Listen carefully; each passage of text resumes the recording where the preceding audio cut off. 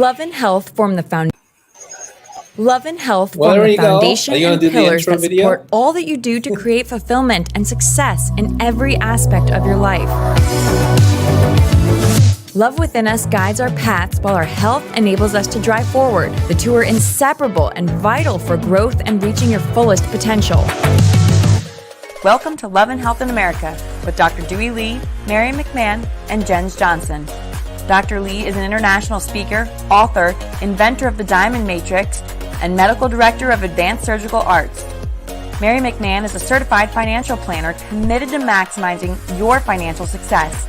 And Gens Johnson, the Mindset Master, is a best-selling author, speaker, mastermind facilitator, and success mindset coach. They are committed to help you succeed by optimizing your health, finances, and relationships. Please join them and explore all the facets of love and health to achieve and live your abundant life. Here are your hosts, Dr. Doohi Lee, Mary McMahon, and Gens Johnson. Well, okay. How's everybody? Here we are. That's right. Hi, everybody out there. Well, thanks for joining us today. And we have a wonderful co-hosts, our Gens Johnson and Mary McMahon, and we have a very interesting program outlined for today. So today we're going to talk about something that we deal with, and I'm sure all of you out there in a professional setting deal with this every day. And it has to do with what we call setting expectations. And every time you come up with a client or a sale or even presentation, dealing with anybody who comes to your office to ask about your services and kind of things you do, I mean, there's always obviously the sales presentation you have to provide to make that sales in terms of your services or goods or whatever. And then you have to kind of figure out, okay, what are the people or the clients, in my case, patients, what are they looking for? And do my services and my goods match what they're looking for? And is there a good, synergy between my products and what they're looking for? And that's something that I go through every day as a cosmetic surgeon, and also dealing with patients for other things in regenerative medicine, anti-aging, and pain, especially pain is a big deal. And so talking about exactly where they are, what they're looking for, and how my activities, either procedures or some products I may have, may fulfill their needs. And I know Mary goes through the same thing, and I know Gens does, because we're all professionals dealing with different clients. And I think there's a topic that really is sort of timeless, because maybe the ideas may change, but the whole process of what we call setting expectations, that really doesn't change. Maybe we talk about some different issues in detail, but the concept doesn't change. So we're going to explore that today. So I'll kind of open that up, and I'll certainly talk about it from my medical aspect, but I'm sure my co-hosts will have plenty of stuff to talk about from their respective fields as well. So Gens, I'll start with you. Let's say a few brief things about kind of things that you deal with from your client point of view, and then we'll go with, and then we'll follow up with Mary. Well, first, I've got to say that, I'm not going to tell everybody what I've done here on the show, but I have had a couple of cosmetic procedures done before. And one of the things I say to everyone I know, I used to have a really good friend of mine in the Austin area who was a plastic surgeon. Obviously, Dr. Lee, you and I are good friends. I've got another really good friend of mine who's a plastic surgeon in Frisco. And I say to them all the time, I don't know how you do what you do. Not because of the procedures that you do surgically and non-invasive, but because of the expectations that people have for the result. And that friend of mine that lived in Austin for many, many years, of course, we would talk and we would visit, and she would say, one of the most important things that you can do as a cosmetic surgeon, or really any professional in your field, is learn to teach people how to manage expectations. I don't care if you are a certified financial planner, if you're a life coach, if you're a surgeon, the results is the expectation should not be perfection. Yeah. None of us are perfect. Listen, we weren't perfect when we walked in the office. We weren't perfect when we signed up to work with a coach. We're not perfect when we go to Mary for financial situations. You're not perfect when you walk into a salon to go get your hair done or your makeup done. I mean, perfection isn't the right expectation to Right. have. Right. So what I deal with in my business is, people want results overnight. They want results in a month. I mean, literally, the reason I'm the mindset master is I'm going to share a saying that Tony Jerry says all the time, which is all problems are a thinking problem, meaning it's really how you think. So, that saying from Henry Ford, if you think you can, you can. If you think you can't, you can't. Yeah. Either way, you're right. And that is completely true. If you think negative things are going to come about. And in order for me to help you get a new result, I literally have to help you change the way you think. Exactly. And changing the way you think, when you have neuronal pathways that are grooved into your brain, that you have thought this way for decades and decades and decades, it's not going to happen overnight. Yeah. It's not going to happen in 3 or 4 months. It's not going to happen in a year. One of the things I tell people honestly to set an expectation is success happens in decades. Because if I can get someone to hang out with me for 5 years, I can help you change your life. But that's one of the things that is a little bit disheartening to me personally in my field of coaching is coaches tend to make people believe that they're going to be able to help them get results quickly. And you can change what you do quickly, but you can't change the way you think quickly. Right. Exactly. What about you, Mary? How do you think? Jens, the first time I heard you say success happens in decades, and I'm like, oh, rats. Who's got time for I'm like, this? why does it have to take that long? And then I started thinking about what you said, and I really was going over the decades, and I realized that what you said, that success happens, over a decade, that you're absolutely right. And it's it's the way you think that matters. And so setting expectations, when you think about being successful, we would all like to have it right now. And we live in a microwave society that, we push a button, we get this, we push a button here, we get this, we get what we want. But the reality is, we're not perfect. None of us are perfect. Problems, I really look at problems as opportunities in disguise. And so if you've got a problem that you're dealing with, whether it's a medical problem or a life problem or a money problem, that problem is really great because it's like a leaky pipe before it bursts. If you feel like it's a problem, you can actually go out and do something about it. Yeah. And if you are working with a professional and they're not setting expectations, they're only feeding, the dream, that's a red flag.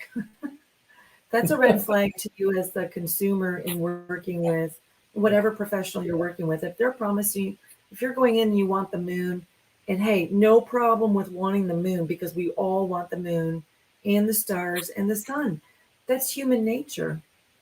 So if you go and you're working with a professional who's promising the moon and the stars and the sun, then that's a red flag. Then you need to turn around and walk out the door and look for.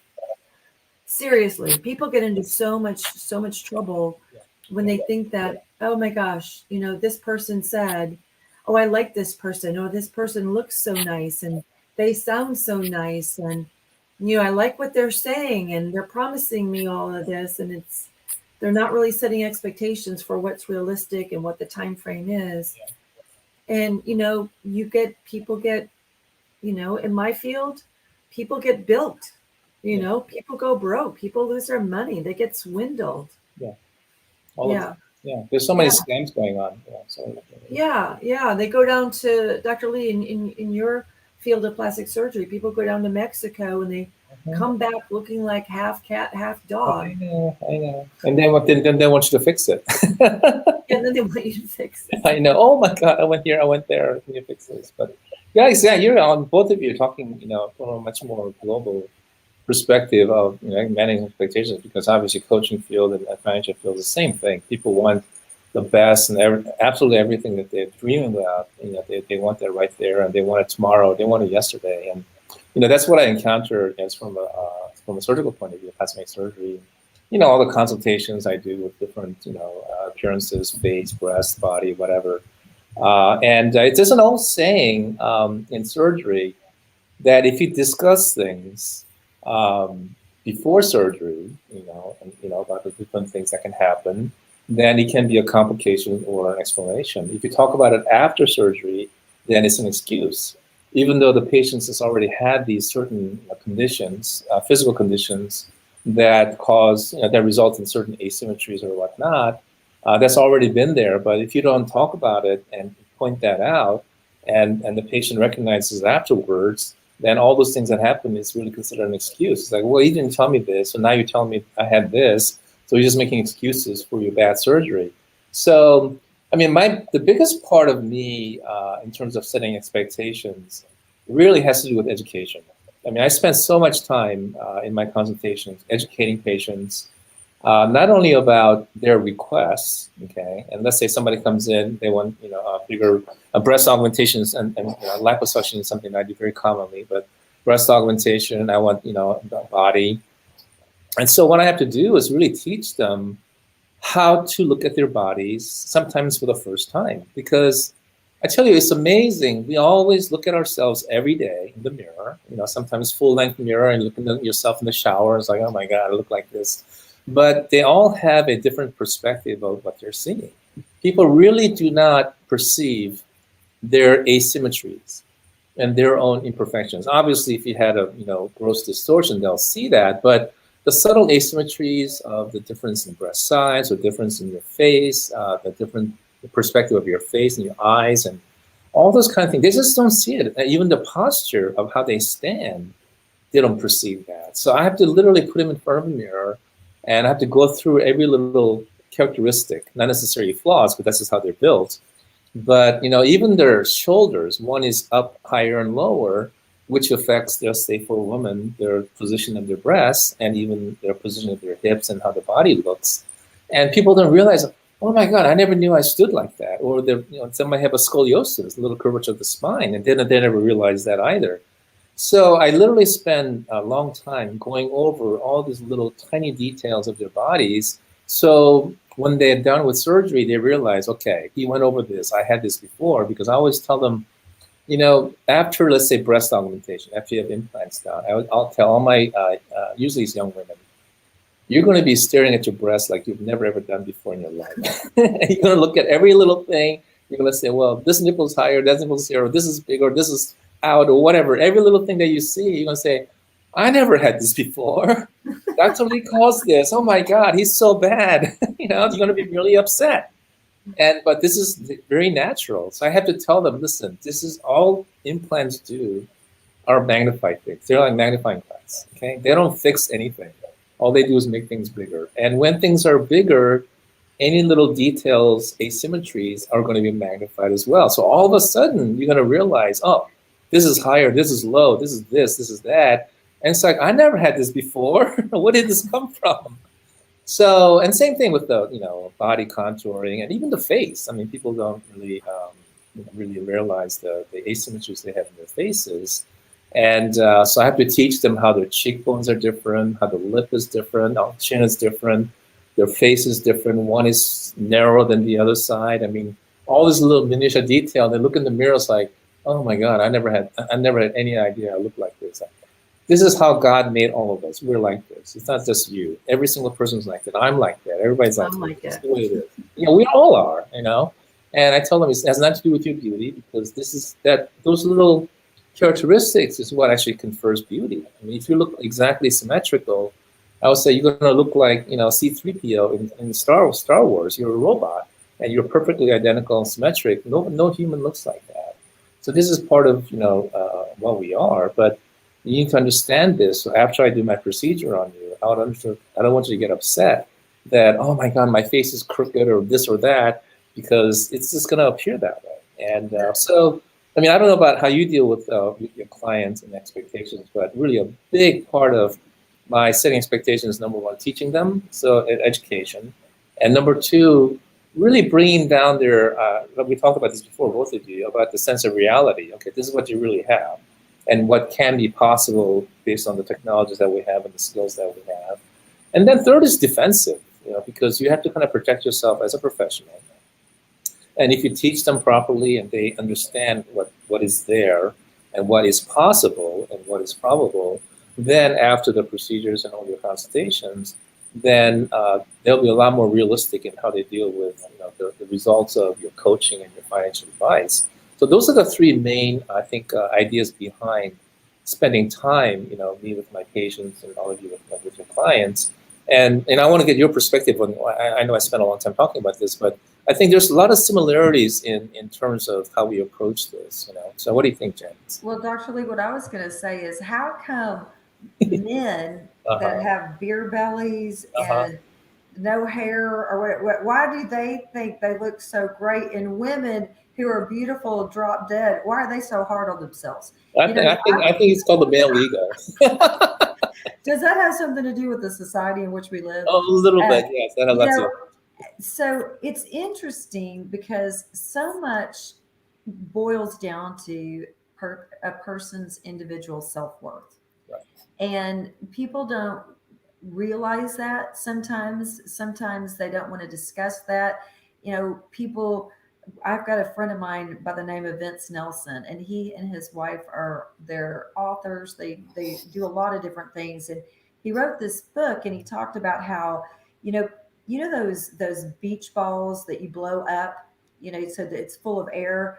And if you push the beach ball and you push it down underwater, well, as long as you're holding it underwater, it's underwater. But the minute you let go, it just pops up. Right. And that's really how people, their self-worth, it's really delicate, a lot of people. And so when you're dealing with expectations, it's hard, because I educate and I really spend time with people up front. And I think love takes time. And so I'm the type of person that I like to love on people and love on people and love on people and love on people and love on people, and let them find a comfort level with me. And maybe they do, and maybe they don't. I'm not right for everybody, just like not everybody's right for me. And so I think that I educate, I let people feel comfortable with me. I start to explain the differences between the way I work and versus the way other people work. I'm a very heart-centered person. Mm-hmm. And that's something that I like to take the whole person into evaluation on that. And it takes time. Love takes time, but I'm constantly explaining expectations over and over and over and over again. Because as you know, Dr. Lee, you can explain to somebody something one time and they absorb 20% of it. Right. Yeah. So it's repetition, repetition, repetition. And for what I do, like Mary, is, we build long-term relationship. Now, people build long-term relationship with you, Dr. Lee, but there are a lot of physicians, in my opinion, that don't build long-term relationships with their patients. And that's one of the reasons why I do love you so much, is because that's how I like to operate. And as we all know, like attracts like. Our favorite people are the ones that are most like us. That's right. How about you, Mary? What is your process with your clients? I could really let Gens do all the talking for me, because I absolutely agree. Well, we work in fields where people are not really sure how it's going to go. They have ideas of what they think it's going to be. And I am I'm a heart-centered person as well. I am a big educator on money and how money works. And money isn't, what's important is not the money. What's important is, who the person is and what it is, what it is they want to do, who they want to do it with, how they want to do it, when they want to do it. That's what matters, and that's what the money is for, is to live life full out and enjoy life, work hard, play hard, love, love your family, love your friends, and be the person you want to be. And that's what the money is for. And so many people come in and they think it's all about the money, but the reality is it's all about who you are. Everyone is very unique. Everyone's so talented and has unique abilities and interests. And I really focus on who they are as a person, what it is that they really want to accomplish in their life. Yeah. And then my job is to simply align their money with what they value. Yeah. I mean, everybody does want more money, and it would be nice to push a button and just have that happen. Like a vending machine, money machine. Like a vending machine, right, or a money printing machine. Yeah, right. And so setting expectations, when you really get to the heart of what it's all about for people, I think it's much easier for people to, actually work with you and have their boundaries set. Yeah. I think in your field, Dr. Lee, it's a little bit hard because it's visual and what we look like. And, back to your conversation about asymmetries, I just started realizing some of my own asymmetries not too long ago. Oh, really? I never realized that before. Well, you've done modeling and all that, so I'm sure you never even thought about it. It's all like, oh my God, this is how it goes. So yeah, that's just life, and we're all like this, and that's why it creates beauty. And people don't really understand that idea that the asymmetries and little subtle changes and contours, that's what really creates the interest in anybody's face. Yeah. And that's how the beauty actually comes in. It's not this perfection of whatever that people create in terms of the photography, and a lot of them are kind of manipulated, and these ideal images that we see on magazine covers and all these kind of things. And people think, oh, I need to be like that, otherwise I'm not beautiful. And people don't understand that beauty is so much more than just the physical appearance. And it really is something that part of that, what I try to do is, yes, I can make some changes for your aging and all those kind of things that make you feel uncomfortable about your appearance, but that inner glow is something that I cannot do. I mean, I can help you, with some of the brain work that I do and some of the stuff, other things that I do in terms of overall regenerative medicine, to help you achieve some of the emotional balance that we talked about in previous shows, to help you achieve some of that. But it really, certain kind of spiritual things, it really has to emanate from within each person. And that's a big part of beauty that a lot of people don't quite understand. And what's interesting that I want to touch up on one area that I think this will probably, I'm sure, apply to just as well, is, when I see patients for consultations, often they've seen to other doctors, 2, 3, sometimes more. And often they'll come and say, okay, I'm gonna go with you for this surgery. And some of them will, open up and tell me, well, we've been to different doctors, and, they were so cut and dry, but, you really seem to care. And I don't know how that comes across, but they seem to feel like I really kind of care about them more than just, fixing their breasts and they're doing their bodies. It's more than just the body part. I'm actually trying to take care of them as a whole person, even though I'm kind of discussing the surgery and all the ins and outs of whatever. But I don't know. It must be something that they're sensing that is different. But the fact of, caring for somebody more than just that project that they're coming for. And both of you mentioned being heart-centric, and I guess I am. I never thought of myself that way, but I don't know how this comes across. But that was interesting that a lot of my patients who end up selecting me as their surgeon, often they say, I like your quote-unquote the whole bedside manner, whatever that means. That nebulous feeling of I guess what a doctor brings to a patient or something.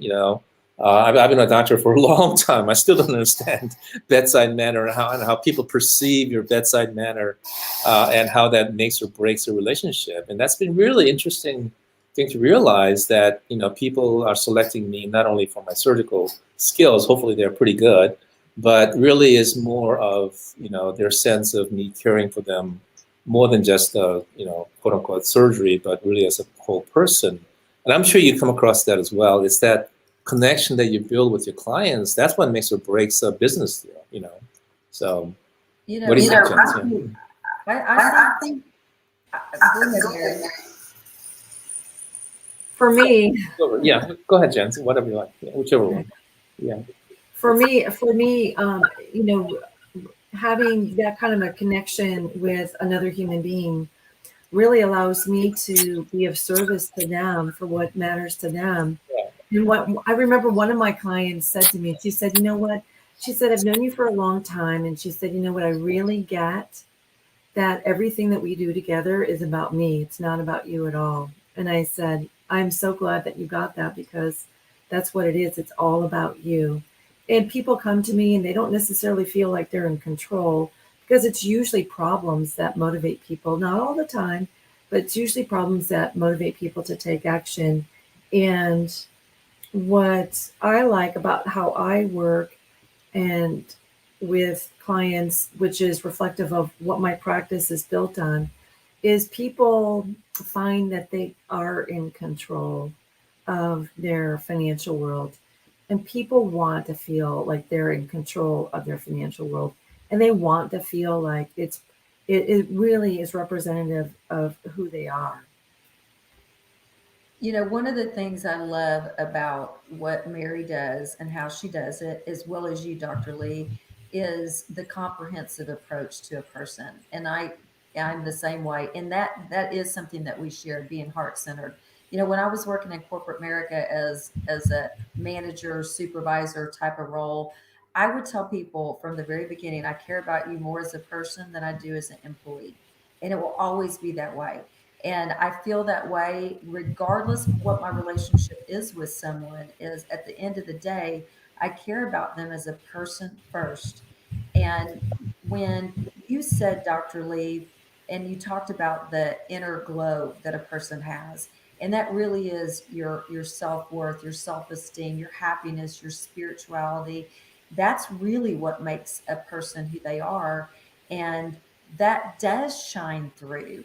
There are people, that saying that beauty is in the eyes of the beholder. It truly is 100% accurate. And what you do, Mary, when you're working with your clients, you really do want people to create the life they want to create and have. And money is a vital aspect. And a lot of people, they don't realize how much they know. But when it comes to money, we're not taught how to really generate wealth in school. That's not what we're taught. So you either have parents that really knew what they were doing, and then they taught it to their children, or you stumbled across it on your own. But once you start working with people that know what they're doing, and they start to educate you and set those expectations, you learn that there's nothing we can't do. There's, the formula of success is clarity plus focus plus the right people plus the right actions plus accountability. And the one component that is the most important, the right people, because the right people will tell you the right things to do. Well said. Yeah. So how's our time? It's almost half hour. So am I on? Okay, great. Yeah, so anyway, as far as expectations and everything, this is something that I think we just deal with every day in our profession. I think even for ourselves. I mean, it's not even just our clients and managing, as a surgeon, as a doctor, setting expectations of myself as somebody who can provide some services and some caring and helping people feel better. And of course, we all want to do everything and be the super doctor or whatever, or Superman that they want you to be, or they need you to be. But I mean, I realize I'm just a human being. I have a limited set of knowledge and constantly trying to expand and learn and develop. But there's a limit to what I know. It doesn't matter how many research papers I read or how much I try to keep up with everything. There's always more out there. And I think for myself, I think that this innate, maybe inborn sense of humility of knowing all my own flaws, and probably a lot of flaws that I didn't even realize that I have. I know I have plenty, and I think kind of really accepting that my own imperfections as a human being and as a professional kind of keeps me grounded. And, and in terms of when people ask for certain things, it's like, okay, I mean, yeah, I wish I could give that to you, but is it really realistic from my own perspective, from my own expectation? Can I really take on that huge chunk, or do I really want to do that surgery? Yeah, I'm pretty good at it, but am I really, really that good enough to say, yeah, I'm going to give you the best results possible? Or should I send you to a colleague that I know who's fantastic at something like this? You know what I mean? So that's the kind of things that I have to kind of deal with as well. Of course, yeah, this is my profession, and I make my income with surgeries and taking care of patients. But at the end of the day, my thinking is, okay, who is going to best serve, you as my client, as my patient? And if I think I can do a fantastic job, as good as anybody else, yeah, of course I'll take care of you and do the best job I can. But if you're asking for something that I think, I have a great friend or great colleague who's world-renowned or whatever, then I'll say, no, I think you should go to this person because this person is going to be much better at delivering this. And I've done that many times because just honestly, it's like, you should get the best care possible. And if I have an avenue that I can point you to, to get the care you want, and that's going to be better for you. I mean, why should I stand in the way? Because that really does, no service for anybody. And if I'm overreaching myself and my abilities in certain surgeries, then, I'm going to do not only the patient a disservice, but I'm going to do my own self disservice because I'm going to have complications and problems that I'm going to have to deal with. So it's not good for anybody. So that's kind of how I look at it. Expectations are one thing for the clients coming in, but I think self expectations and maybe self assessment, and maybe being honest with, for me, I'm just speaking for myself, of my own abilities. That okay, what can I deliver and at what level, and do I really can I really take this on and honestly do a fantastic job and know that my patient's going to do well? Or should I step back and say, no, I have a colleague who will be much better at this and they're specialized in this, and this is the way you should go, and refer them out to that person. And that has to do with, I think, just really being honest with myself as a professional. And that is part of being a professional, to really have a complete understanding of these are my limitations. I'm always expanding to be better, but at this point, this is where I am, and beyond this, I need to find somebody who's better for you, for your issues, than me trying to take on something that's too much. And so that's another aspect of managing expectations that I think not every professional goes through. So yeah, I've done the exact same thing, Dr. Lee. I've had people come to me because they were referred, and when I sit down to have a heart-to-heart conversation with them, I realize, what, you're going to be better suited for somebody else. And the other thing, because I don't like to take people's money, just to take their money. Exactly. I truly want to help them. And there are times when I can talk to somebody and I can tell after one conversation that they want certain results, but they're really not ready to do what it takes to put the right effort in to get those results.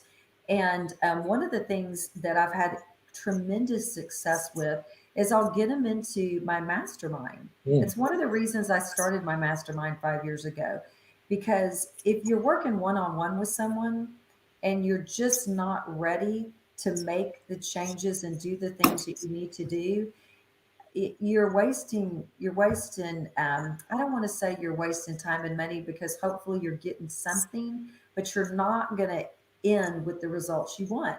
But if I can get them into the mastermind and I can love on them and I can love on them and I can love on them, I can help prepare them to get ready, because you do have to get ready.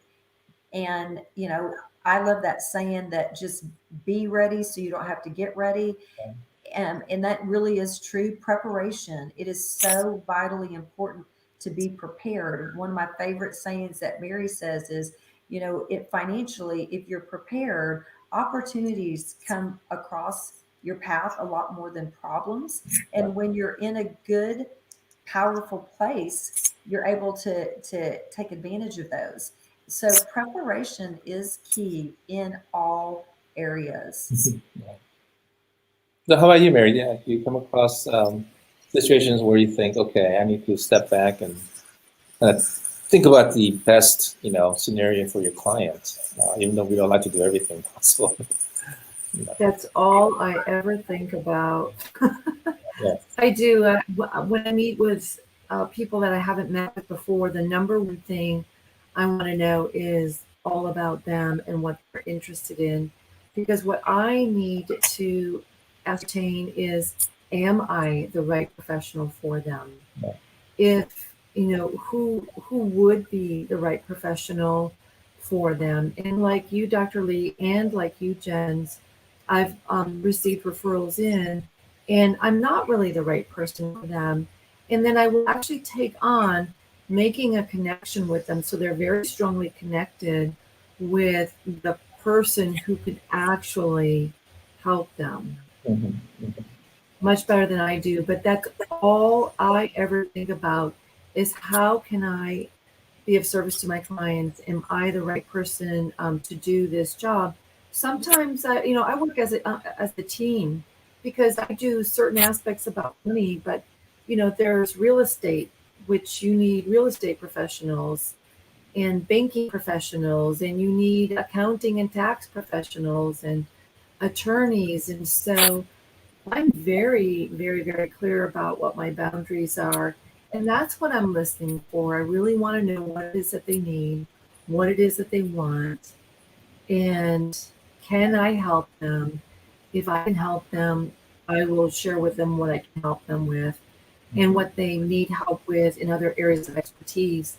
I do explain those areas of expertise, and that Sure. I'm happy to refer them to an estate planning attorney, or an attorney for this, or a tax person for this, or an insurance person and property and casualty, whatever that is. I'm very, very, very, very, very keen on that. Yeah, no, I think that's a big part of the obviously what's called personal and professional integrity. And I think I had so many patients come through, and they give me the whole thing, what they want, and I do the full consultation. Like like both of you said, this is an area that I'm not really good at. I mean, they ask for certain kind of surgeries, like I can kind of do it, but it's not. I'm not going to be confident that I do the best job for them. And I'd say, no, listen, based on what you want, you need to go see my friend who is expert at this, and kind of explain to them why. And they're so happy, and they're saying, "Oh my God, thank you so much for being honest, and I really appreciate that." And then leave. And they may come back for something else. Who knows? It doesn't really matter. But I think that is our responsibility as a professional, to be honest and have the integrity to say, this is beyond my ability, or it's outside of my ability, or area of expertise. And I think it's just. I think it's maybe a part of it is like, okay, I mean, when I go home that night, okay, I did the right thing. My personal motto, I think some of you heard this, both of you have heard this before. My personal motto in life is, do the right thing and money will follow. I mean, I've never done anything really, certainly in my profession and my work, just for money. I don't just go and do surgery just to make some money or whatever, because, hell with the patient. I just want to do the surgery. I can make money. It's like, I've never, ever done that. It's like, no, I just can't. I couldn't live with myself if I did that. And the few times in other areas of life where I kind of chased money, always ran up bad, always end up losing money. It's like, it's total disaster. It's like, since your focus is for the wrong thing, you end up making mistakes because the prize is the wrong thing. It's not the money. And the few times I've done that, it's like, oh, so every time those kind of things happen, I look back, it's like, man, I made a mistake because I didn't focus on the right thing. So all the stuff I've done, at least certainly as a doctor, it really is about do the right thing for the patients, and money just takes care of itself. Because I think, if people understand and feel the integrity of your professionalism and your ability, and really, I think you're honest with them. It's like, I'm good at this, I'm not good at that. People really feel confident that when they come to see you, that you're going to tell them the truth. That, yeah, I mean, truth is not always, rosy. Sometimes it's hard to hear, but if you're honest with them, they're going to listen to you and they're going to trust you, and you're going to get better results for them. And that's what really is what it's all about. And I think that's the big part of, managing expectations, not only for the patients, but also, for ourselves, as professionals. No, I love that, Dr. Lee, and I think it's a great place to leave it for today, which is, we really do not only need to share the truth, but as individuals, we should be open to wanting to receive the truth. Exactly. Because we're living in a time right now where people want to be flattered, but that's not the right attitude. If you read the good book, you read the Bible, God tells you flattery is not what Right. you're looking for. Exactly. You want truth. You want to be taught. You want to be chastened. You want to be corrected. Those are the things that really make you powerful. It's when you only want to hear what you want to hear. That's the road to destruction. So as a society, if we could be more open to the truth, it would be easier for us to recognize the truth when we hear it, and the less offended we would be. That is just, I run into it all the time. So I love that point, and I'm excited because I know next Tuesday we're going to be in studio, and we've got Mary McMahon that's going to be leading the conversation. So we hope you tune in then. And until we meet again next Tuesday at 5 p.m. Central, Mary, Live richly, love deeply, and stay healthy. Thank you for being with us for this episode of Love and Health in America. Dr. Doohi Lee, Mary McMahon, and Gens Johnson are committed to help you achieve a life full of love, health, and abundance. Please join us in our next episode as we share another facet for you to optimize love and health in your life. Until next time, love deeply, live richly, and stay healthy.